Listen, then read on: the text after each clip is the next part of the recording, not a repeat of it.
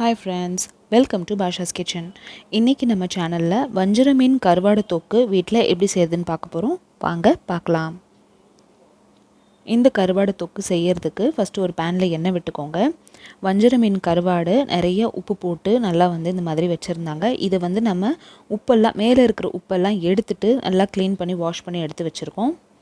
தேவையான அளவு வெங்காயம் தக்காளி எல்லாம் அரிஞ்சு இந்த மாதிரி எடுத்து வச்சுக்கோங்க. ஃபர்ஸ்ட் எண்ணெயில கடுகு போட்டு தாளிச்சுக்கலாம்.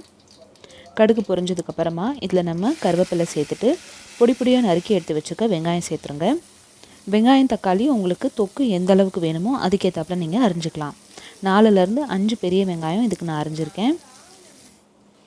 வெங்காயத்தை இப்போ நல்லா வதங்க விடலாம்.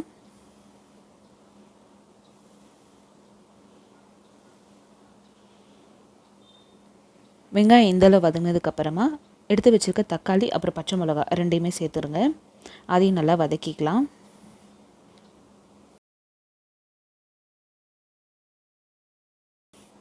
அடுத்ததாக இப்போ வஞ்சர மீன் கருவாடை இதில் உள்ளே சேர்த்துருங்க. இது நம்ம பீஸாக ஆக்கி சேர்க்கணுன்னு அவசியம் இல்லை. இதை அப்படியே சேர்த்து நம்ம கொஞ்சம் வதக்கி எடுத்துக்க போகிறோம்.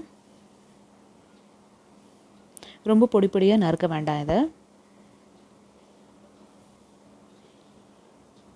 எண்ணெயில் ஒரு 2 நிமிஷம் வதக்குனதுக்கப்புறமா இதுக்கு தேவையான மஞ்சத்தூள் சேர்த்துக்கலாம். அதையும் நல்லா கலந்து விட்டுக்கோங்க. இந்த வஞ்சர மீனில் நம்மளுக்கு ஏற்கனவே கொஞ்சம் உப்பு போட்டு தான் வச்சுருக்காங்க அப்படின்றதுனால உப்பு நீங்கள் பார்த்து தான் இதில் சேர்த்துக்கணும். மசாலா பொடியில் இங்கே நான் கலந்த தூள் சேர்த்துருக்கேன். உங்கள்கிட்ட கலந்த தூள் இல்லை அப்படின்னா வெறும் மிளகாத்தூள் அப்புறம் தனியாத்தூள் சேர்த்துக்கோங்க. தேவையான அளவு உப்பு கொஞ்சம் சேர்த்துக்கிறேன். ஏன்னா கருவாடில் மேலே தான் உப்பு இருந்துச்சே தவிர டேஸ்ட் பண்ணி பார்க்கும்போது சமைச்சதுக்கப்புறமா அதில் சுத்தமாக உப்பு இல்லை. அதனால் கொஞ்சம் உப்பு சேர்த்துருக்கேன்.